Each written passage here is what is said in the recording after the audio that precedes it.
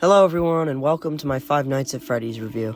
So obviously this movie has been a long time coming and highly anticipated, and now that it's here, I am ready to share my thoughts on it. So starting with the things that I liked, the movie just looks great. The Blumhouse did a great job with the practical effects, and the company that made the animatronics, I forget the name, they also did a great job. It's so cool getting to see these iconic characters in live action. And the fact that they built a whole pizzeria inside of an abandoned Home Depot is just incredible to me. And it all looks great. The atmosphere looks great. And you can tell that there was a lot of love and care put into the effects and direction of this movie. Which, speaking of which, the direction and filmography is very good. It, particularly the scene where the bandits break into the pizzeria and wreak havoc. That scene is really well done.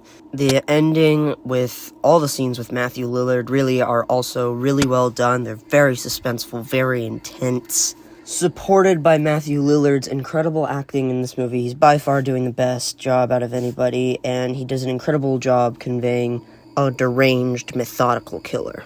The soundtrack is also surprisingly really cool. Like, the opening credits with the pixel animation, it's just conveying the missing children incident, which already makes it a bit disturbing, but the music just helps it feel so much more intense, and it helps to give that movie the atmosphere that it needs. Unfortunately, though, that's really all the positive things I have to say about the movie. So firstly, other than Matthew Lillard, most of the acting in this movie is not very strong. Elizabeth Lail is doing fine, but her dialogue does not help. And then Josh Hutcherson, I'm pretty sure, conveys only two emotions throughout the entire movie. And Mike's character in general is really just super unlikable. Like, I don't relate to him. I don't like him. He's really rude and stuck up, and I don't root for him. I don't care about him. The story in general is just really uninteresting. Like, the entire story is built on the risk of the main characters dying or being stuffed or whatever. But we know that's not going to happen, because one, then we know there's going to be, like, 2 more movies or something. And 2, it's basically a kid's movie. They're not going to kill off the main characters. And that's another thing, is that this movie is not a horror movie. It's not scary. It's more of a family-friendly comedy. Like, I was genuinely kind of invested in, like, the first half of the movie, but once Abby became friends with the animatronics and they built a fort and all that, I completely lost interest. Like, the gang scene where they break in and they all get killed off sets them up as incredibly dangerous. But then, after they just play around and have a dance party and stuff, they're not intimidating anymore. Like, the only risk that comes from the rest of the movie is Matthew Lillard in the last 7 minutes. And that's another thing. Why is Matthew Lillard so wasted in this movie? Like, Afton doesn't show up until the 1 hour and 33 minute mark, I believe. The movie's almost over. He should have been a major antagonist running around for, like, the second half of the movie if you were going to make the animatronics so fun and silly. But other than that, the writing is also really, really bad. I already mentioned how Vanessa's dialogue is not great, and the story has so many holes. Like, why does Golden Freddy show up only to disappear? Why does Vanessa help her father? He has a way of influencing people, is not going to cut it. Why is Vanessa a cop?